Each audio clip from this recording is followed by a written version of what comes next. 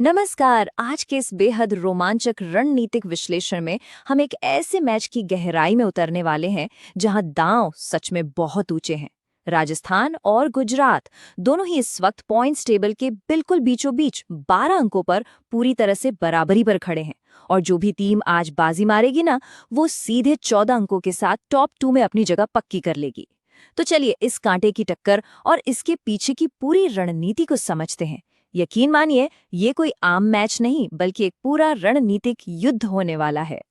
अब देखिए, इन दोनों टीमों का मोमेंटम बिल्कुल एक दूसरे के उल्टे छोर पर है। एक तरफ है गुजरात, जो शानदार 3 मैच की विनिंग स्ट्रीक पर सवार है, एकदम गजब की लय में। और दूसरी तरफ राजस्थान की स्थिति थोड़ी चिंताजनक है। पिछले मैच में 225 रनों का पहाड़ जैसा स्कोर खड़ा करने के बावजूद उन्हें हार का सामना करना पड़ा था। सोचिए, 225 रन बनाने के बाद भी हार। ऐसा इसलिए हुआ क्योंकि उनकी गेंदबाजी ताश के पत्तों की तरह बिखर गई थी। इसका सीधा सा मतलब यह है कि राजस्थान अब अपने पुराने डिफेंसिव तरीकों या सिर्फ शारीरिक ताकत के भरोसे बिल्कुल नहीं बैठ सकती। तो आज की हमारी चर्चा इन मुख्य बिंदुओं पर होगी। पहला, जयपुर में हाई स्टेक्स बराबरी।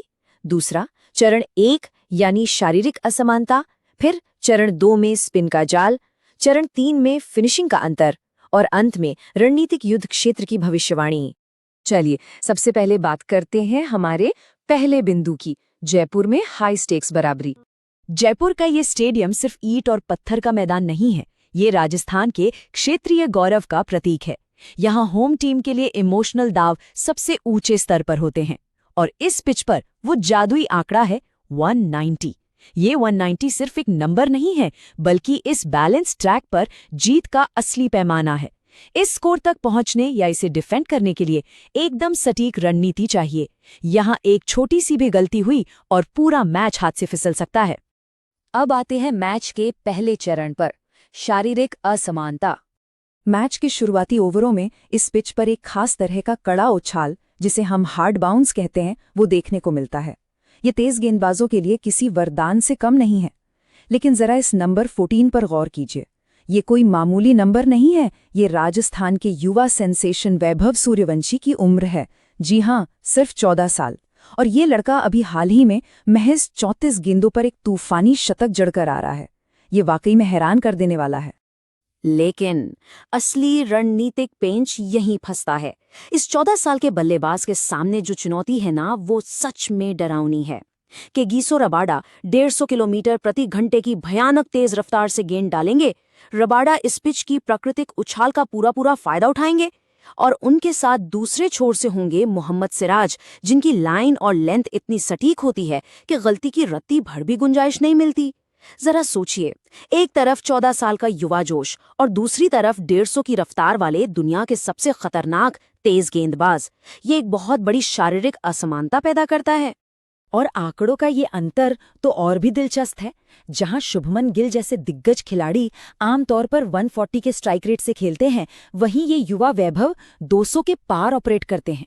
यहाँ सबसे महत्वपूर्ण बात यह है कि अगर वैभव शुरुआती 3 ओवरों में रबाडा और सिराज की आग उगलती गेंदों के सामने टिक गए, तो वो इस शुरुआती उछाल का फायदा उठाकर बड़े बड़े छक्के लगा सकते हैं। वो पूरे पावर प्ले पर अपना कब्जा जमा सकते हैं। हालांकि ये एक बहुत बड़ा अगर है, जो तय करेगा कि मैच किस करवट बैठेगा। आगे बढ़ते हैं मैच के दूसरे चरण की तरफ, स्पिन का जाल। 7वें ओवर तक आते आते मैदान का माहौल और गेंद की स्थिति दोनों पूरी तरह बदल जाते हैं। गेंद थोड़ी पुरानी होकर मुलायम हो जाती है, पिच की रफ्तार धीमी पड़ने लगती है और स्कोरबोर्ड का लगातार बढ़ता दबाव बल्लेबाजों को बड़े जोखिम लेने पर मजबूर कर देता है। और बिल्कुल इसी मौके पर गुजरात अपनी सबसे खतरनाक चाल चलती है, अपना स्पिन का जाल बिछाती है। राशिद खान और रवि बिश्नोई को अटैक पर लाया जाता है। हम सब जानते हैं कि ये दोनों इस टूर्नामेंट के सबसे असरदार मिडिल ओवर स्पिनर्स हैं। गुजरात इन धीमी परिस्थितियों का पूरा फायदा उठाने के लिए एकदम तैयार रहती है। अब इस जाल से पार पाने की पूरी जिम्मेदारी होगी रियान पराग के कंधों पर, जो पिछले मैच में 90 रनों की शानदार पारी खेल के आ रहे हैं। इस वक्त रियान पराग को बिल्कुल शतरंज जैसी चालें चलनी होंगी। इम्पैक्ट प्लेयर को सही समय पर मैदान में लाना, फिरेरर और दुबे को सेट करना और साथ ही गुजरात के मध्यक्रम को रोकने के लिए खुद गेंदबाजी की कमान भी संभालना। कुल मिलाकर ये चरण सिर्फ ताकत का नहीं है, बल्कि स्थिति को भांपने और इस स्पिन जाल के बीच सही तालमेल बिठाने का है। अब आते हैं मैच के तीसरे और सबसे निर्णायक हिस्से पर, फिनिशिंग का अंतर। आखिरी 4 ओवरों में असली खेल शुरू होता है। गुजरात इन डेथ ओवरों में जेसन होल्डर का इस्तेमाल एक खतरनाक फिनिशर के रूप में करती है, जो पलक झपकते ही स्कोरबोर्ड की तस्वीर बदल सकते हैं। और यहीं पर राजस्थान की डिफेंस में एक बड़ी कमजोरी सामने आती है। एक तरफ तुषार देशपांडे हैं, जिनका प्रदर्शन थोड़ा ऊपर नीचे रहा है और वो अक्सर सबसे नाजुक पलों में रन लुटा बैठते हैं। तो वहीं दूसरी तरफ रणनीतिक जरूरत ये है कि संदीप शर्मा की अचूक सटीकता को वापस लाया जाए। संदीप शर्मा की वो अनुभवी और सधी हुई गेंदबाजी ही वो हथियार है जो इन अहम साझेदारियों को तोड़ सकती है। तो अगर इसे सीधे शब्दों में कहें तो ये आखिरी चरण एक आर पार की लड़ाई है, अनुभवी सटीकता और ताकतवर फिनिशिंग के बीच। एक तरफ राजस्थान की सधी हुई गेंदबाजी होगी तो दूसरी तरफ गुजरात की आक्रामक और ताकतवर बल्लेबाजी।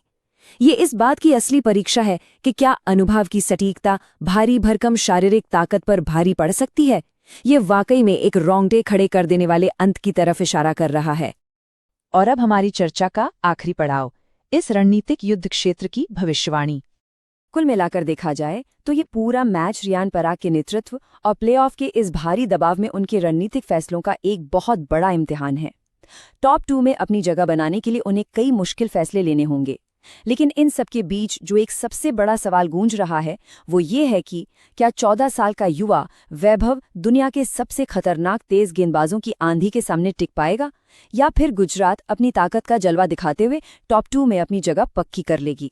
इस रोमांचक परिणाम का हम सबको बेसब्री से इंतजार रहेगा। आज के इस रणनीतिक विश्लेषण में बस इतना ही।